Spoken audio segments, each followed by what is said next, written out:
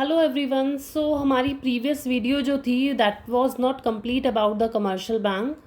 हम second point का discuss कर रहे थे about discounting of bill of exchange. हमने डिस्कशन कर लिया था and let's continue that video about the issue of letter of credit.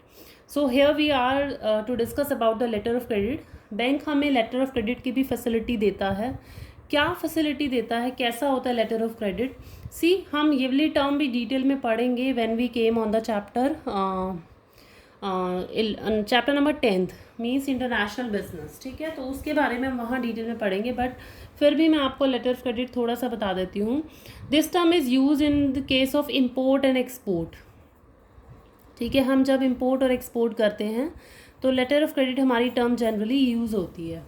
क्या होता है, सपोज़ मान लीजिए हम इम्पोर्ट कर रहे हैं, यानी हम गुड्स बाहर की कंट्री से मंगवा रहे हैं। ठीक है, इस सिचुएशन में क्या हुआ, अगर हम बाहर से गुड्स खरीद रहे हैं तो बाहर वाली कंट्री को हमारी पेमेंट के बारे में नहीं पता कि ये पेमेंट कर पाएंगे या फिर नहीं कर पाएंगे।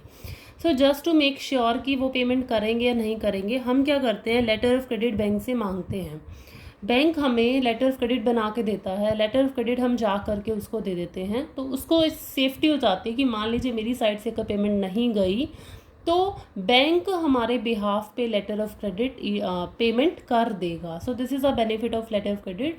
But here we are discussing about the commercial bank. So simple आप ये देख सकते हैं कि कमर्शियल बैंक यानी बैंक हमारे को लेटर ऑफ क्रेडिट की फैसिलिटी भी देता है। Next is the loan is repaid either in lump sum और इन इंस्टॉलमेंट्स। ये क्या पॉइंट कहता है कि जो भी हम अमाउंट लोन बैंक का ले रहे हैं, बैंक से ले रहे हैं, तो that we can pay in lump sum, हम इकट्ठा भी उसको पे कर सकते हैं।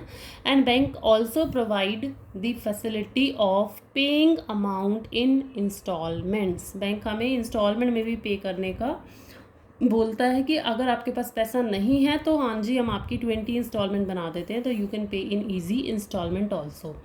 लेकिन हम लमसम पे भी कर सकते हैं। Then it says bank credit is not a permanent source of funds. यहाँ कहता है कि बैंक से लोन लेना परमानेंट सोर्स नहीं माना जाता। मतलब ऐसा ज़रूरी नहीं है कि जब भी आप बैंक के पास जाएंगे तो आपको लोन मिलेगा ही मिलेगा। No, it is nothing like that. कई बार हमारा डिपेंड करता है हमारी क्रेडिट वर्थनेस पे। कई बार हमारी क्रेडिट वर्थनेस अच्छी नहीं होती, तब हमें बैंक से लोन नहीं मिलता। सम टाइम ऐसे भी होता है कि हम मान लीजिए हमें 4-5 जगह से हमने और लोन लिया हुआ है, मान लीजिए हमने डिबेंचर्स इशू कर रखे हैं या हमने कोई और सोर्स से लिए फंड रेज करे हुए हैं। Then after using so many sources still we are going for a bank to obtain a loan, तो बैंक हमें उस सिचुएशन में लोन नहीं दे सकता। क्यों? क्योंकि बैंक कहेगा इतने सारे लोन तो ऑलरेडी इन्होंने लिए हुए हैं और उन सारे केसेस में कंपनी डिफ़ॉल्ट कर रही है, तो बैंक हमें पैसा नहीं देता। सो परमानेंट हम इसको नहीं मान सकते कि हाँ जब भी हम बैंक के पास जाएंगे पेमेंट मिलेगी ही मिलेगी। Next is borrower is required to provide some security or create a charge on the assets of the firm before a loan is sanctioned by a commercial bank। यहाँ क्या कह रहा है, जो borrower है, borrower means the person who is actually borrowing money, who need money, जिसको पैसों की ज़रूरत है, जो बैंक से उधार ले रहा है, that is called the borrower। borrower is required to provide some security।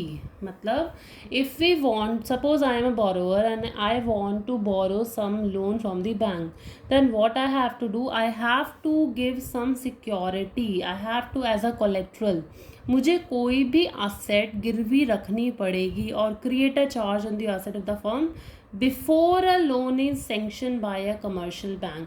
Bank loan देने से पहले अपने पास कोई भी आपकी असेट, कोई भी आपकी सिक्योरिटी एज अ कोलेट्रल रखवाता है, तो बिना सिक्योरिटी के बैंक हमें लोन प्रोवाइड नहीं करता।